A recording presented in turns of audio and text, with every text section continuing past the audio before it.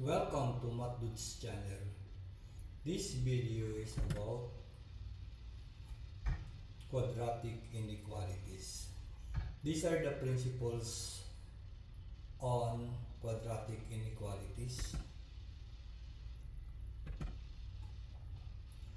5 is greater than 5. This inequality is false because 5 is equal to 5. So when we say 5 is greater than 5, this is a false statement. 5 is greater than or equal to 5, this is a true statement. Kasi meron second condition yung greater or equal. So nag-satisfy doon sa second statement na or equal, kaya this statement is true. When we say negative 4 is less than negative 4, this is also a false statement. And when we say negative 4 is less than or equal to negative 4, this is a true statement. X is greater than 500 or x is more than 500. X is less than 500. X is less than or equal to 500. Sa problem solving, ang makikita natin dito ay at most. No? Pag nakita natin yung word na at most, yan yung x is less than or equal to 500. Ibig sabihin, hindi na siya lalagpas doon sa 500. Hanggang doon na lang siya. Pwedeng mag-equal, pwedeng less than. So, at most yan. Then, x is greater than or equal to 500. Ito naman ay at least. Sa problem solving, at least. Ito na yung pinakamababa. Ito na yung minimum. Kanina sa at most, yun na yung maximum. Ngayon dito sa at least, ito na yung minimum. So, ang pinakamababa dyan na value ng x ay 500 pesos. So, pwedeng 501, 502, 600, 700 yung values ng x. Ang pinakamababa ay 500.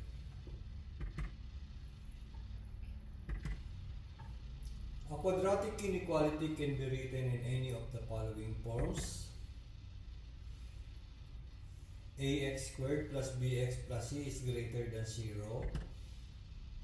Ax squared plus bx plus c is less than 0.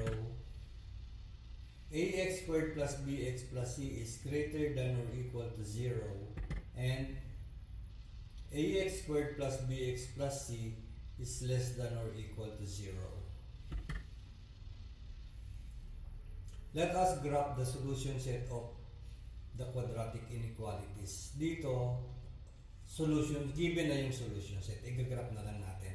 Pero yung mga exercises talaga natin, ihahanapin pa natin yung solution set. So para mapamiliarize muna tayo sa pag-graph, unahin muna natin yung pag-graph. So number 1 is x is greater than 7. So any number, ang value ng x is any number na greater than 7. So, pwedeng 8, pwedeng 9, 7.1, pwede na, no? 7.1, 7.2, ayan. So, i-graph natin siya sa number line. So, ang number line ay merong dalawang sides. Yung papunta sa left ay negative infinity and yung papunta sa right is positive infinity. So, since x is greater than 7, si 7 ilalagay natin sa gitna. Then, before 7 is 6. And after 7 is 8. Pag naglagay tayo ng integer sa number line, yung nasa right side is laging mas malaki compared sa left side. Now, gagawin natin, hahanapin natin kasi dyan kung saan yung shaded or solution set. Ngayon, iti-test natin. Magkaroon tayo ng test. So, gagamitin natin si 6 at saka si 8 pang test kung nasaan yung solution set. So, una, gagamitin natin yung x is greater than 7. Isa-substitute lang natin si 6 sa x. Ayan, 6 is greater than 7. So, this is a false statement. This is false, no? Kasi 6 is less than 7. Hindi siya greater than 7. So, false. Iti-test din natin si 8. 8 is greater than 7. So, this is a true statement. Ngayon, bilugan natin yung sa taas ng 7. Ayan. Since na-greater lang siya, no, hindi, 7 is not a solution set. Kasi pag sinabi natin 7 is greater than 7, that is false eh. Kaya hindi kasama yung 7 sa solution set. Kaya walang shade yung bilog sa taas ng 7. And ang solution set natin, nag-true siya sa side ng 8, papunta sa positive infinity. Ayan. Toward the positive infinity yung ating solution set. Nag-start siya sa 7. Pero 7 is excluded, hindi siya included. Now, we will identify the interval notation or interval form. So, mag-i-start tayo sa 7. Ayan. And yung 7 is not included in the solution set. Excluded siya. So, we will use parenthesis. Tapos, ang direction niya is towards positive infinity. Kasi papunta sa right. Ayan. So, yan yung kanyang interval notation. So, papunta siya sa positive infinity. And yung infinity, laging parenthesis yan. Okay, example number 2. X is less than negative 6. I-graph natin sa number line. I-locate natin sa number line yung negative 6. Negative 6 is between negative 5 and negative 7. So, yung negative 5 is nasa right ni negative 6. Yung 7 nasa left ni negative 6. So, yung bigger integer ay laging nasa right. So, negative 5 is greater than negative 6. And negative 6 is greater than negative 7. Ayan. Tapos, iti-test natin kung saan yung solution set. Gagamitin natin yung x is less than negative 6. So, gagamitin natin si negative 7 pang test. Negative 7 is less than negative 6. This is a true statement. Ayan ay true. I-test din natin si negative 5. Pero nag-true na siya sa negative 7. Ibig sabihin, kahit i-test natin yan, yung negative 5, magpo-false na yan. Kasi hindi pwedeng parehong true. So, pag tinest natin si negative 5, less than negative 6, this is a false statement. Kasi, mas malaki si negative 5 kay negative 6. So, bibilugan lang natin yung negative 6, tapos hindi siya shaded kasi less than lang. So, ang nag-true siya sa side ng negative 7. So, ang direction ng solution set is towards negative infinity. Yan yung solution. Graph ng solution set. Tapos, yung interval notation or interval form. So, mag-i-start tayo sa negative infinity. Ang infinity laging parenthesis. Kahit positive or negative, lagi siyang parenthesis. Tapos, yung negative 6, hindi kasama sa solution set, kaya parenthesis. Yan yung kanyang interval notation. Number 3, 3 is greater than or equal to 7. So 7 is between 6 and 8. Tapos i-test kung saan yung solution set, sa side ba ni 6 or sa side ni 8. Substitute natin si 6 sa x. 6 is greater than or equal to 7. So yan ay false. So ibig sabihin yan, sa side ni 8 ang true. Pero i-test pa rin natin. 8 is greater than or equal to 7. This is a true statement. So i-graph na natin yung solution set na x is greater than or equal to 7. So may bilog sa taas ni 7. May shade kasi 7 is part of the solution set. Kasama si 7 sa solution set. So ang direction ng solution set is towards positive infinity kasi doon sa 8 nag-true. So ayan yung kanyang direction ng solution set. Identify natin ang interval notation. So mag-i-start sa 7. Since 7 is part of the solution set and 7 is a solution, so bracket, we will use bracket. And then towards positive infinity, ang infinity laging parenthesis. So yan yung kanyang interval notation.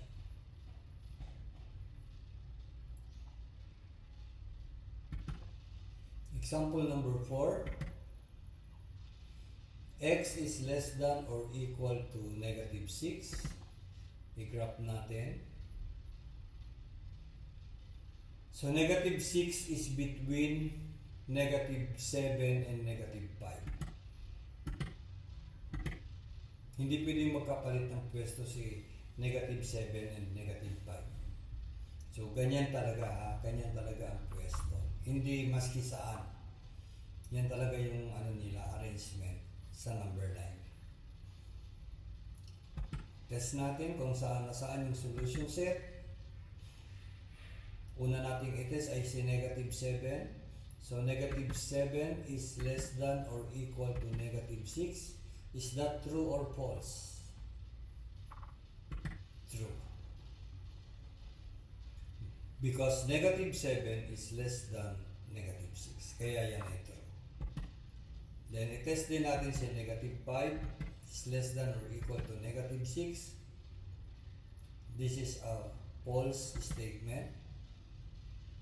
Kasi negative 5 is greater than negative 6. So, i-graph na natin. Bilog lang sa negative 6. With shade kasi part ng solution set si negative 6 kasi merong or equal. So, ang solution set ay patungo sa side ni negative 7. Sa negative infinity. Yan yung kanyang graph. And ngayon, yung kanyang interval form or interval notation. So mag-i-start tayo sa negative infinity. Gaya ng sinabi ko kanina, ang infinity ay laging parenthesis. Tapos negative 6 bracket. Kapag part ng solution set yung integer, bracket ang gagamitin. So yan yung kanyang interval notation. Ngayon, ganito talaga yung mga i-graph natin. Parang introduction lang yan. Number 5. This is the solution set. Set of x such that x is less than 2 or x is greater than or equal to 7. I-graph natin. Yung nakikita nating integers, i-plot natin sa number line. So, 2 and 7. So, ito ang tamang arrangement. 2 ang nasa left side kasi mas maliit si 2. Si 7 nasa right side. Ayan. Tapos, mag-test tayo kung nasaan yung solution set. I-test natin si 2. 2 is between 1 and 3. Pero pwede mo rin gamitin si 0, no, pang test. Any number na nasa, any integer na nasa left side ng 2, pwedeng gamitin pang test. So, ang gagamitin natin dito ay 1. 1 is less than 2. False. Ay, true. True pala. Kasi 1 is less than 2. True. Tapos, mag-test tayo ng after 2. Let's say, 4. Kasi 2, 3, 4, 5, 6, yan pwedeng gamitin. So, 2 is less than, x is less than 2. Gamitin natin si 3, ay si 4. 4 is less than 2. True or false? False. Kasi mas malaki si 4. Kaya false yan. So, ang solution set ay nasa left side ni 2.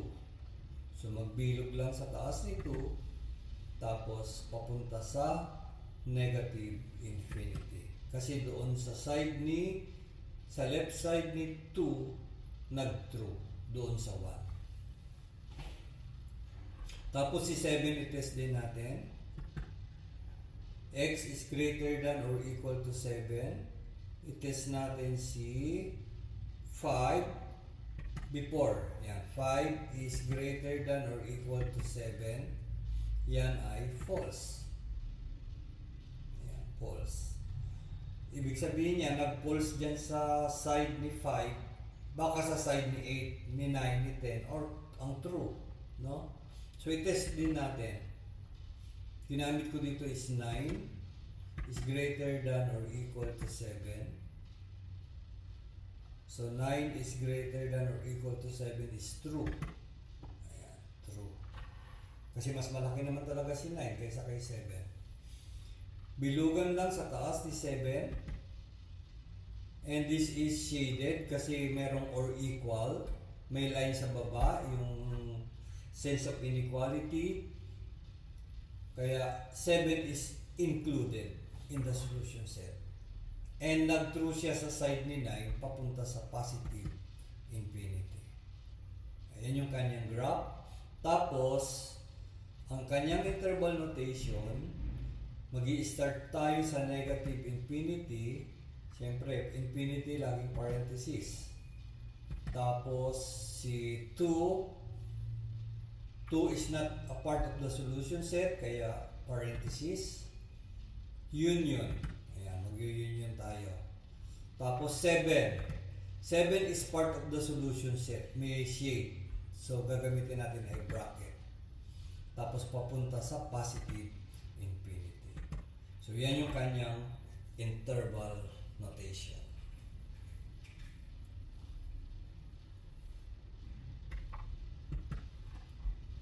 Number 6, set of x such that x is less than or equal to negative 5 or x is greater than or equal to 3. So let's draw the graph sa number line. So negative 5 and 3 lang. So negative 5 is nasa left side and 3 nasa right side. Hindi pwedeng magkapalit, ha? Tapos, i-test natin. Ayan.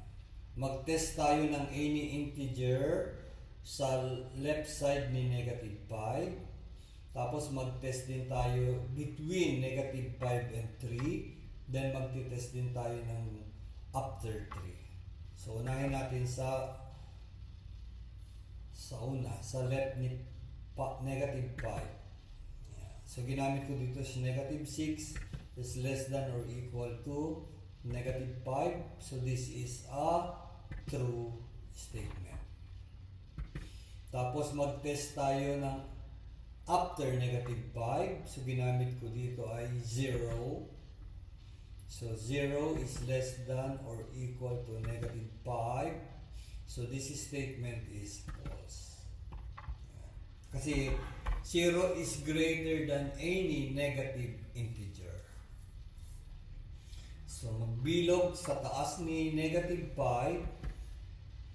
Tapos since yan ay merong or equal, kaya may shade yung bilog, and then patungo sa nag-true siya sa negative 6 eh.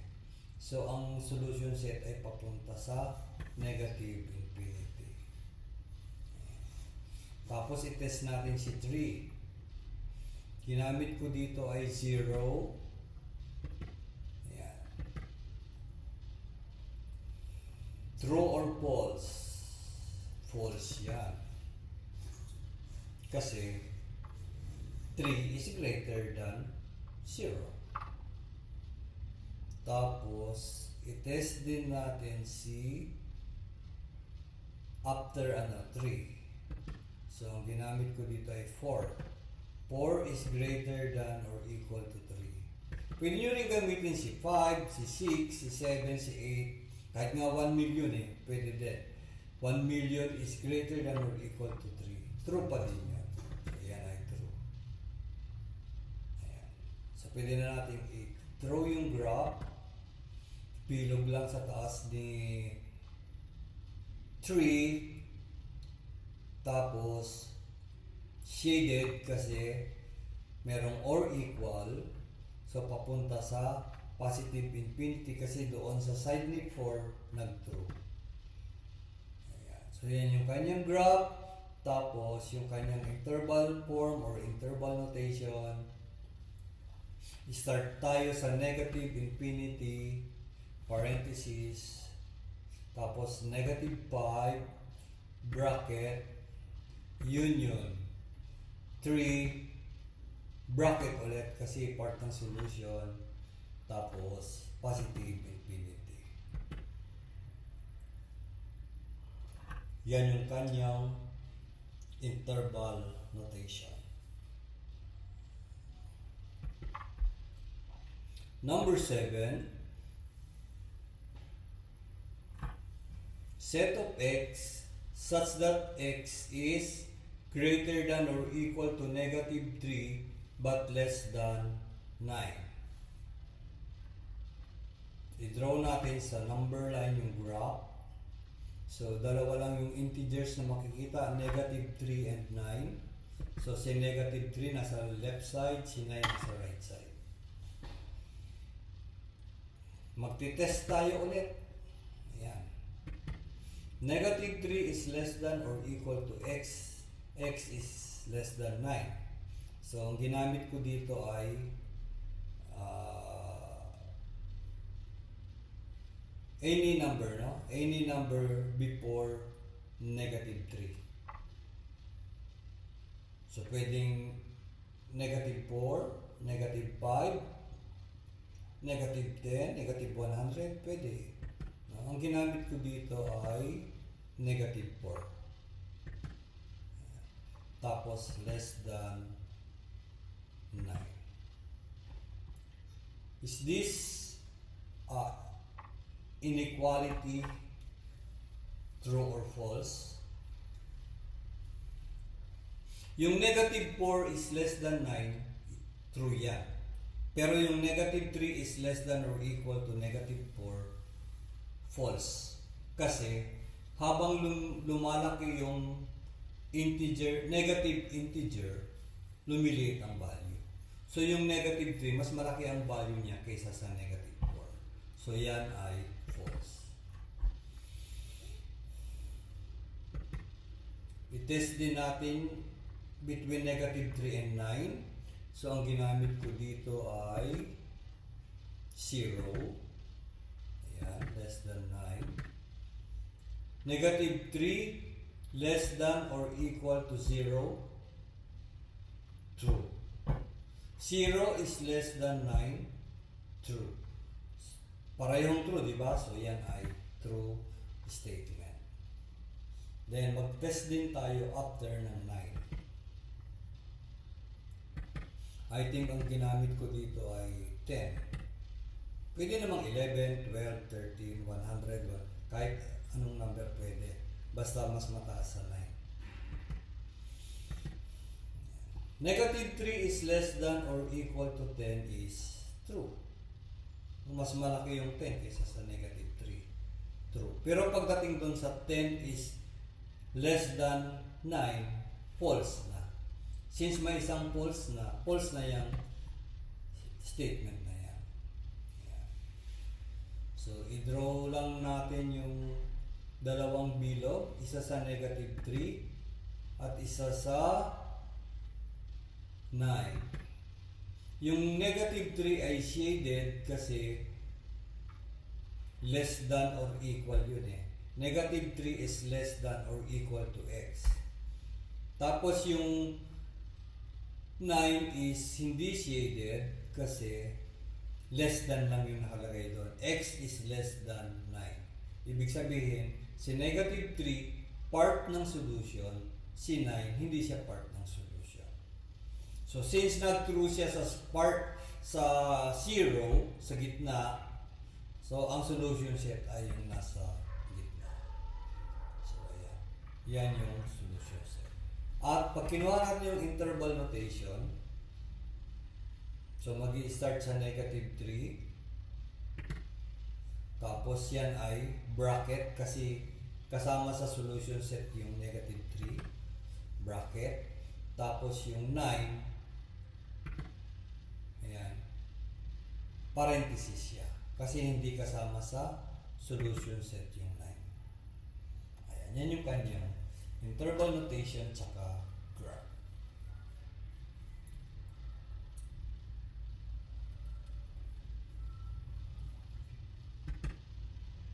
Example number 10.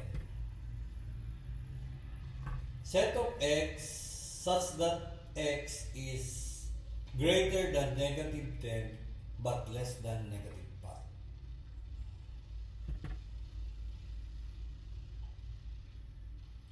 Negative 10 is nasa left side at ang nasa right side ay negative 5. So, i-test natin. Pwedeng ipang-test sa before negative 10 yung negative 11, negative 12, negative 13, negative 15, negative 20.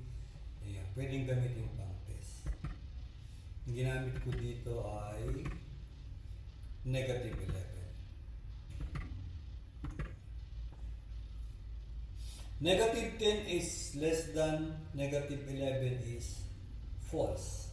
Kasi mas lumalaki yung negative integer, lumiliit yung value. So, mas malaki yung value ng negative 10 kaysa sa negative 11. So, yan ay false na. Although yung negative 11 is less than negative 5, true yun. Pero meron ng isang false, kaya false na yan. Tapos, second test. Ginamit ko dito ay negative 8. Negative 10 is less than negative 8 is true. Mas maliit yung negative 10 kaysa sa negative 8. Pero, yung negative 8 is less than negative 5, yan ay true. Negative 10 is less than negative 8, true. Negative 8 is less than negative 5, true pa rin. Then, test natin yung after negative 5. Negative 3 ginamit ko. Ayan. Negative 10 is less than negative 3 is true. Pero dito sa negative 3 is less than negative 5, false. So, yung inequality ay false na. So, nag-true siya sa negative 8. So, ang solution set natin ay between negative 10 and negative 5. Hindi kasama sa solution set C, negative 10 and negative 5. Kaya walang shade. Tapos ang interval notation, start sa -10, parenthesis kasi hindi kasama sa solution set sa -10, tapos -5, parenthesis din hindi kasama sa solution set si -5. So that is how to graph the solution set and identify its interval notation or interval form. Now let us try to identify the solution set given the graphs and also the interval notation.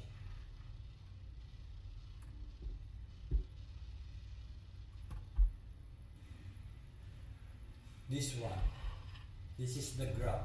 We will identify the solution set and the interval notation. So the solution set for this graph is set of x such that x is less than or equal to 9. Less than or equal to 9 kasi shaded yung yung bilog. Shaded siya, kaya less than or equal to -9. So magtutrue yan sa negative. Kung ang x mo ay -10, true siya. Kasi -10 is less than or equal to -9 too. And or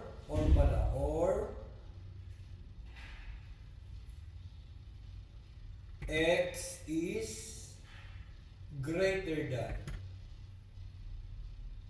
-3. So this is the solution set. Yung x is greater than -3, greater lang siya kasi hindi siya shaded. Hindi naka-shade yung bilog ng -3. So ibig sabihin hindi kasama sa solution set si -3. At ang interval notation niya ay -infinity, parenthesis, tapos -9, bracket, kasi solution, union, -3, parenthesis, hindi kasama sa solution, papunta sa positive infinity. Yan yung kanyang interval notation. Example number 2. Identify the solution set of x such that x is less than -4 or x is greater than or equal. Greater than or equal kasi shaded 3. Then makikita natin yung infinity sa interval notation. So start sa -infinity, parenthesis, tapos -4, parenthesis din kasi 1 hindi shaded. Union 3, bracket yung 3, positive infinity.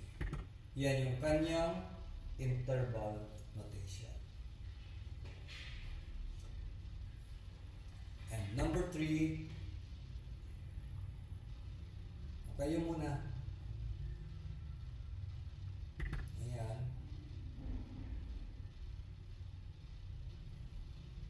Set of x such that x is less than or equal to 7 or x is greater than or equal to 12. Identify the interval notation. So -infinity, parenthesis, 7, bracket, union, 12, bracket ulit kasi shaded yung circle, tapos papunta sa positive infinity.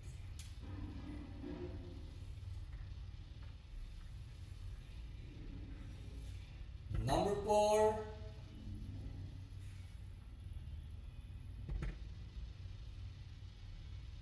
set of x.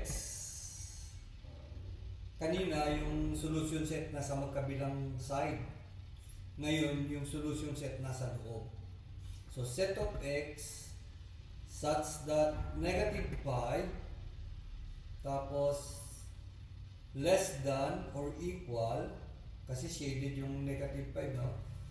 Less than or equal x tapos less than lang yung 1 kasi hindi shaded. So, yan yung kanyang solution set.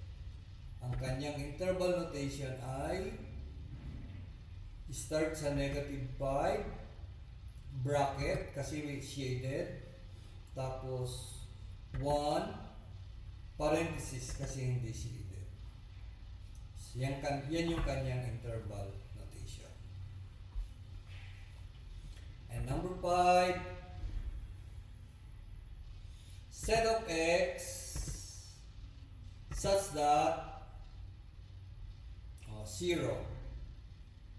0 less than x less than 7. Interval notation, start sa 0, parenthesis, walang laman, nag-end sa 7, parenthesis kasi wala ring laman. So yan yung number 5. So that is how to introduction to quadratic inequalities. Sa next video, magsusolve na tayo, tapos i-graph natin, identify natin ang solution set at saka ang interval notation. Kasi dito, identified na yung solution set. Green up na lang natin. This is how to solve quadratic inequalities. Example number 1. X squared minus 2x minus 3 is less than 0. First step, write the related quadratic equation. You just change the sense of inequality into equality. No? So x squared minus 2x minus 3 equals 0. Then factor.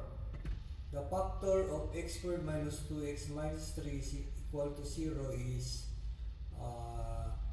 quantity x minus 3 times the quantity x plus 1 equals 0. Then solve. So equate natin yung bawat factor sa 0. X is equal x minus 3 equals 0. Then x is equal to 3. X plus 1 equals 0. X equals negative 1.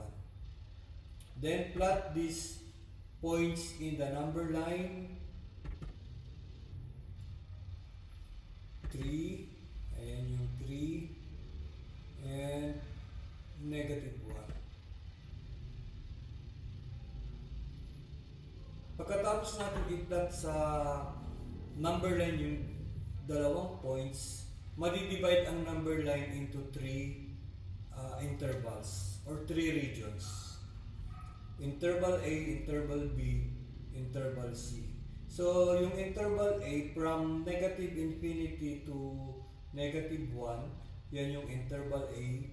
From negative 1 to 3, interval B. And yung from 3 to positive infinity, interval C. So we test the points in intervals A, B, and C.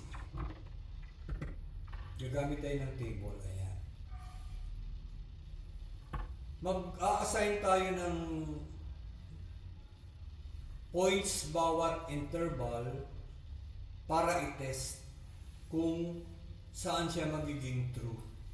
So ang ginamit ko sa na point sa interval A ay negative 2.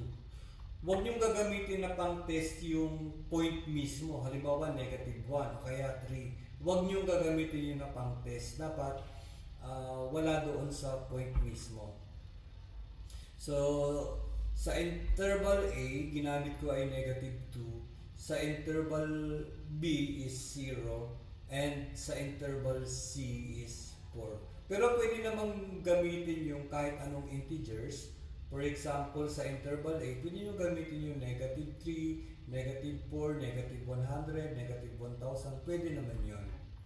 And then sa interval B, pwede, aside from 0, pwede rin gamitin yung 1 and 2. Then sa interval C, 4, 5, 6, 7, any integer greater than 3. Yeah. So, i-test natin yung negative 2, isa-substitute natin siya sa inequality sa x. I-replace natin yung negative 2 sa x. Pwede rin dito sa... Ay, hindi. Kasi hindi natin ginamit yung ano dito eh.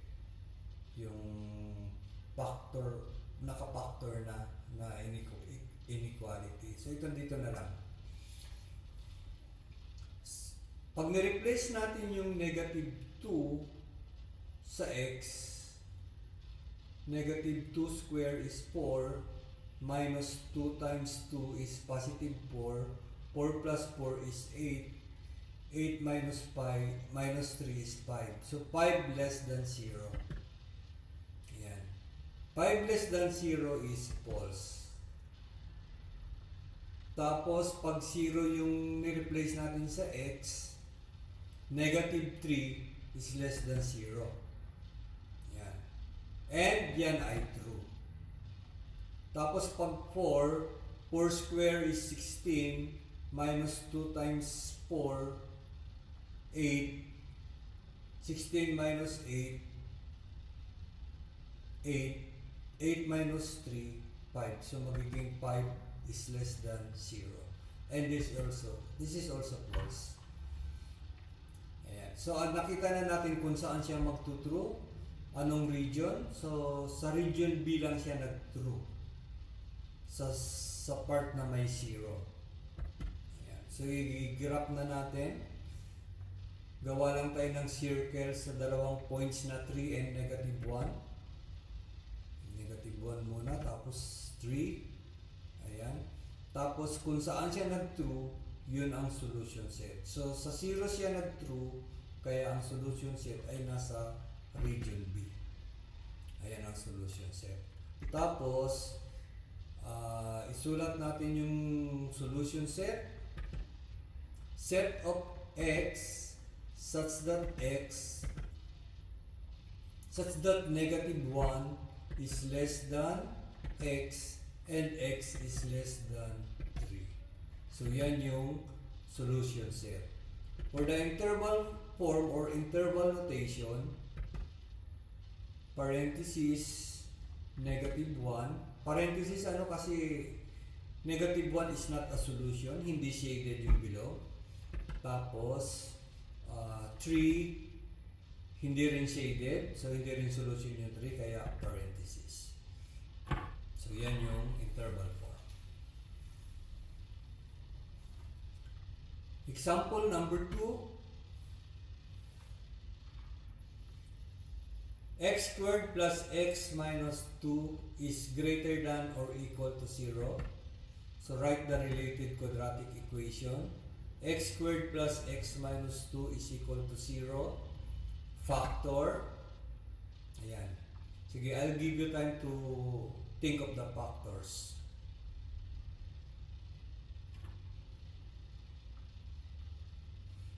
Ang factor ng x squared plus x minus 2 ay quantity x plus 2 times the quantity x minus 1 equals 0. Ayan. Yan yung kanyang factors. Then solve. So, x plus 2 equals 0 is x is equal to negative 2. Then x minus 1 equals 0. X is equal to 1. So, plot the points in the number line. Negative 2 muna. Ayan, then 1.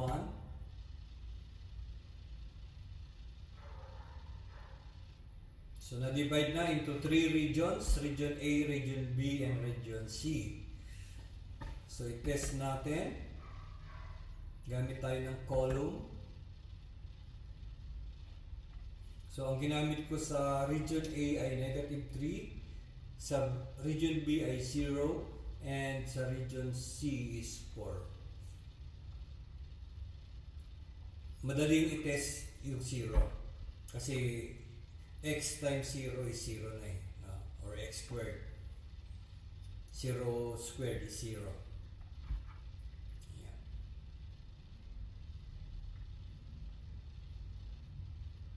So kung i-replace natin ang negative 3 sa x squared plus x minus 2 is greater than or equal to 0, ang sagot dyan is 4 greater than or equal to 0. And this is true. If 0 is replaced instead of x, so magiging sagot dyan ay negative 2 is greater than or equal to 0. And this is false. Hindi kailanman magiging greater ang negative number kesa sa 0. And kung 4 ang i-replace sa x, ang inequality ay magiging 18 is greater than or equal to 0. And this is true. I-plot na natin sa number line.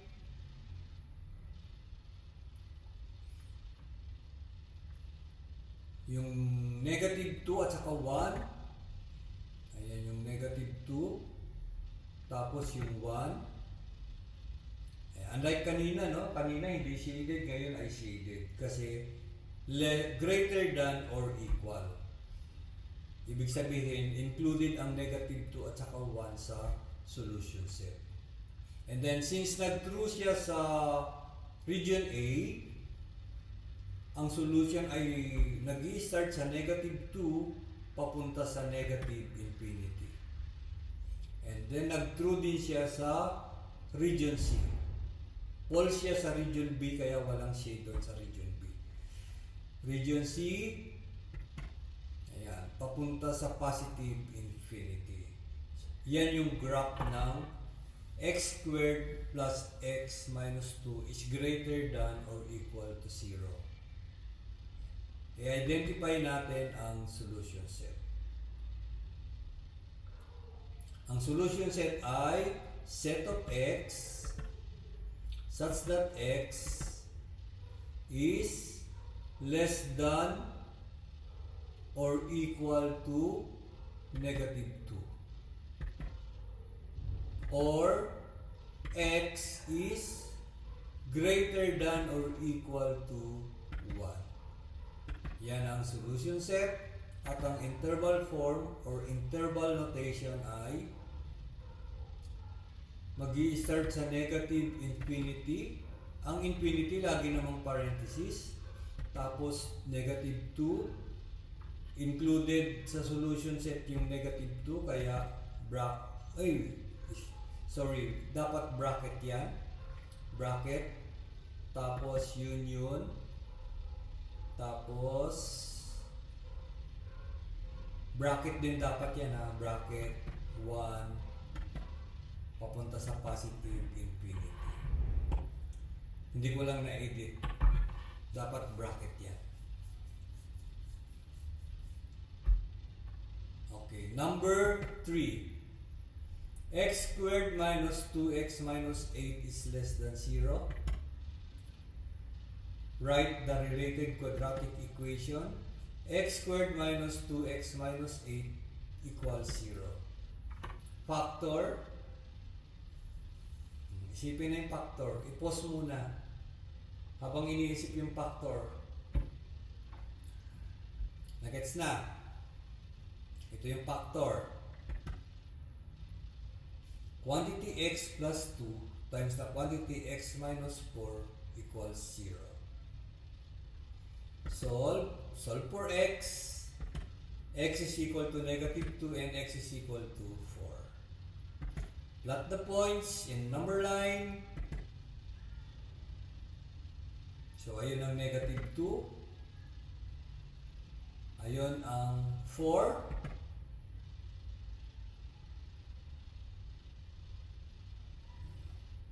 Nahati sa tatlong regions ang number line, region A and region B and region C.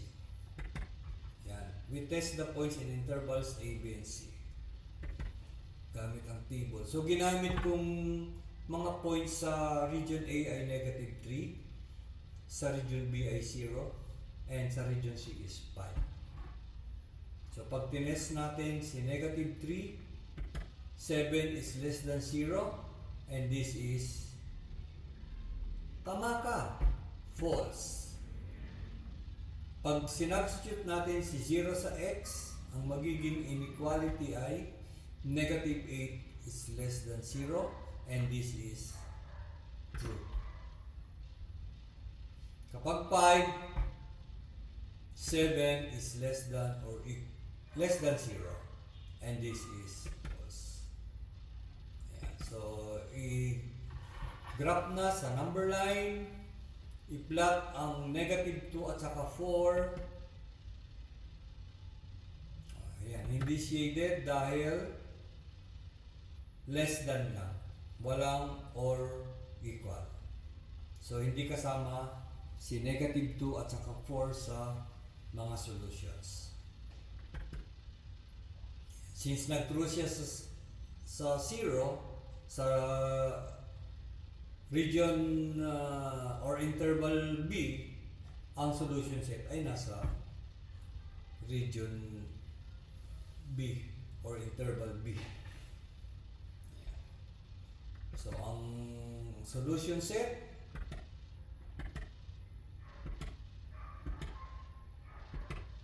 ito na ang solution set, or wala pa lang. At ang interval notation or interval form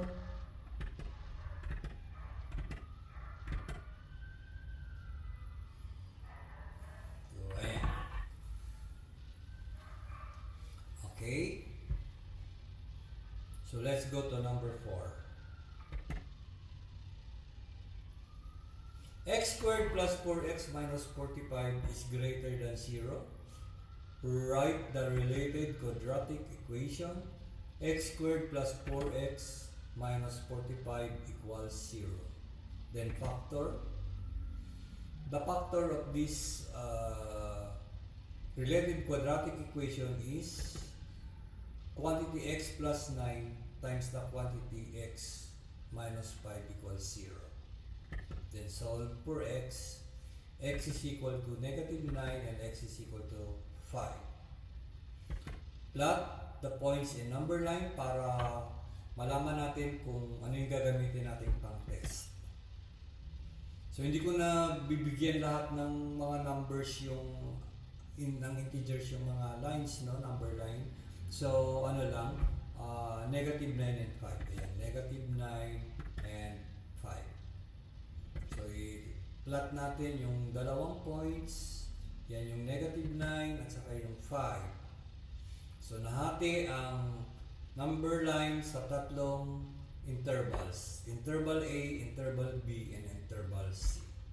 So, gagamit tayo ng points sa bawat interval para i-test. Ang ginamit ko sa interval A ay -10, sa interval B ay 0, sa interval C ay 7. Pag sinubstitute natin ang -10 sa x squared plus 4x minus 45 is greater than 0, ang magiging sagot ay 15 is greater than 0.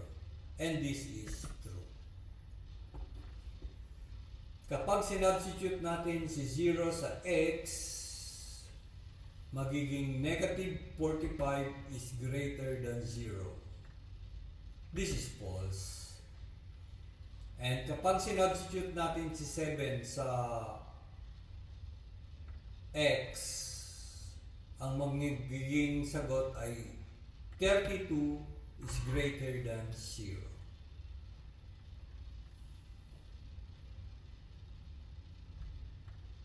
And this is true. So, pwede na natin i-graph sa number line. Ayan. So, lagyan lang ng bilog ang negative 9 at saka ang 5.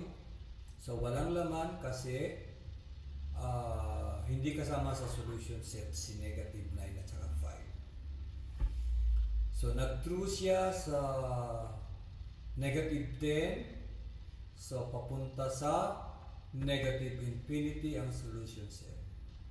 Nag-true din siya sa 7. Kaya ang solution set ay papunta sa positive infinity from 5. Kaya, so, ang sa 0, false. Kaya walang solution sa 0.